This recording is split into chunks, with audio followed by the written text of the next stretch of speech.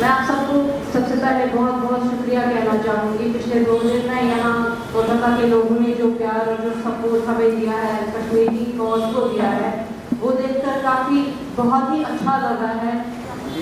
कुरनकोटपुरा का जो इंसिडेंट हुआ था 1991 में हुआ था, और ये वो वक्त है जब हम में से बहुत सारी लड़कियाँ या तो 1-2 साल की थी या फिर कुछ ऐसी थी जो अभी पैदा भी नहीं हुई थी, और मैं से एक मैं भी हूँ जो इस इंसिडेंट के बाद पैदा हुई थी। और शायद यही वजह है कि इस इंसिडेंट के बारे में काफ़ी देर तक पता नहीं चला, और जब पता चला तब एहसास हुआ कि उस साल क्या हुआ था उन औरतों के साथ जो हमारी माएँ थी, हमारी बहनें थी। आइडेंटिफिकेशन परेड जो 91 में ही होनी चाहिए थी वो कभी हुई नहीं, और जब फिर हो सकती थी उसका कोई फ़ायदा ही नहीं था, क्योंकि हो सकता है उनमें से भी कितने लोग ऐसे होते जो शायद अब जिंदा नहीं थे, और सर्वाइवर्स के लिए भी कितना मुश्किल होता एक ऐसे चेहरे को पहचाना जो उन्होंने 25 साल पहले देखा था। केस 91 में बंद तो हुआ था, लेकिन कुरनकोटपुरा की औरतों ने अपनी स्ट्रगल 91 में नहीं रोकी थी। वो 2004 तक इस केस को परस्यू करते रहे।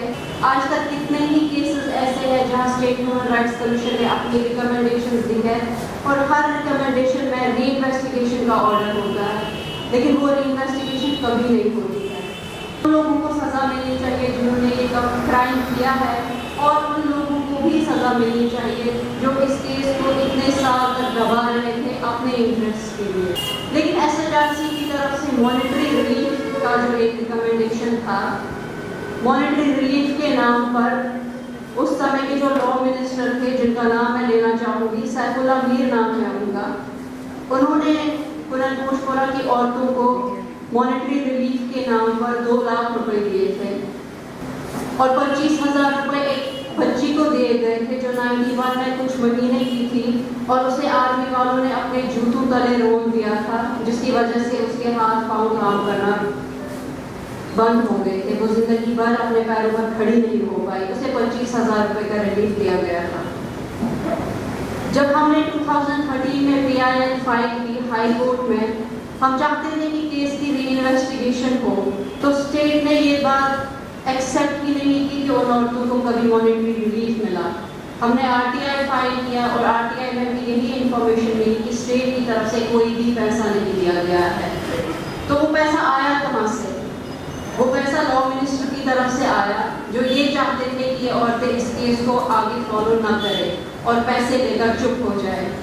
शायद उनकी इज्जत की कीमत 2 लाख रुपए थी स्टेट के लिए, और ये हैरानी की बात नहीं है। ये स्टेट का एक और टैक्टिक था, क्योंकि वो चाहते थे कि हम हाई कोर्ट ना आए, क्योंकि हाई कोर्ट श्रीनगर सिटी में है, और हाई कोर्ट के बाहर प्रोटेस्ट करना, इसका मतलब ये था कि मीडिया इस केस को फिर कवर करती, और जैसा 91 में इंटरनेशनल मीडिया की तरफ से अटेंशन इस केस को मिला था, वही अटेंशन फिर इस केस को मिलता, जो स्टेट को मंजूर नहीं था। हमें हर सैटरडे 90 किलोमीटर ट्रैवल करके इस केस को कुपवाड़ा में फॉलो करना था, और हमने वो किया। वहाँ के जो आर्मी के काउंसिल थे या इवन आर्मी वाले वहाँ आया करते थे, वो कैसी निगाहों से हमें देखते थे, हमें डराने की कोशिश करते थे। वो शायद आप लोग शायद ही समझ पाए कि हम किस टेंशन में वहाँ उस कोर्ट रूम में बैठा करते थे, और लोग क्या कमेंट्स पास करते थे। हमारी हिस्ट्री जो भी जितना भी हमारे साथ 1989 से हुआ है, या उससे पहले भी डोगरा रूल में भी हमारे ऊपर जो भी ऑपरेशन हुआ है, हमें उसे भूलना नहीं है। हमें याद रखना है कि हमारे ऊपर किस रूल में कितना जुल्म हुआ है, और हमें अपनी फाइट कंटिन्यू रखनी है। हम जिस सोसाइटी से आते हैं, वहाँ रेप के बारे में बात करना उतना आसान नहीं है। मेरे लिए बहुत मुश्किल था अपने फादर को ये कहना कि मैं एक किताब लिख रही हूँ रेप सर्वाइवर्स पे, या मैं एक PIL फाइल कर रही हूँ हाई कोर्ट में रेप सर्वाइवर्स के लिए। कोटपुरा की औरतें वो सच में हीरोज़ हैं। हम देखते हैं कि कैसे उन्होंने इतने साल अपने उस पेन को अपने अंदर दबाए रखा, अपनी फैमिलीज को रेज किया, अपने बच्चों का ख्याल रखा। वो बच्चे जिन्हें ये कहा गया कि they come from the rape village, उनकी माँओं के साथ ऐसा हुआ है, शायद ये आर्मी वाले का बच्चा है। पर समझेंगे कि कश्मीरियों के साथ जितना भी ऑपरेशन हुआ है, अगर हम आज सड़कों पर आ रहे हैं, अगर हम एक सिंपल सा नारा देते हैं हम क्या चाहते हैं आज़ादी, इतना मुश्किल नहीं है इसको समझना अगर आप ये समझ पाएंगे कि हमारे साथ किस तरह का जुल्म हुआ है। जो जुल्म हमारे ऊपर हुआ है उसके बदले में हम आज़ादी ही मांगेंगे और हम यही कहेंगे कि आप हमें छोड़ दो ताकि हम अपनी ज़िंदगियाँ आराम से गुजार सकें, कम से कम सांस ले सकें। और आप हमें डेवलपमेंट के नाम पर जो ये प्रोग्राम्स को दिखाते हो, इलेक्शन मैनिफेस्टो में कहते हो आप सड़कें बनेंगी, नौकरियां मिलेंगी, लेकिन उन नौकरियों को करेगा कौन? 2 दिन में तो आपने 30 लोगों को मार दिया। सुबह मैं तो समझ रही थी 19 बच्चे ऐसे हैं जो अपनी आंखों की रोशनी खो चुके हैं, पर किसी ने बताया कि 96 children have lost their lives. बच्चे 12-13 साल के बच्चे ऐसे हैं जो शायद कभी अब अपनी आंखों से दुनिया नहीं देख पाएंगे। तो क्या वो बच्चे नौकरी करेंगे? वो बच्चे उन सड़कों पर चलेंगे? 2010 से कितने ही जवानों को मारा गया है वहाँ पर, कितने ही औरतों के साथ उनका रेप किया गया है, कितनी ही फैमिली डिस्ट्रॉय हुई है, कितने ही फैमिलीज के मेल मेंबर्स गायब हो गए हैं। हम इस डेवलपमेंट का करेंगे क्या? और कौन रहेगा ऐसी सोसाइटी में?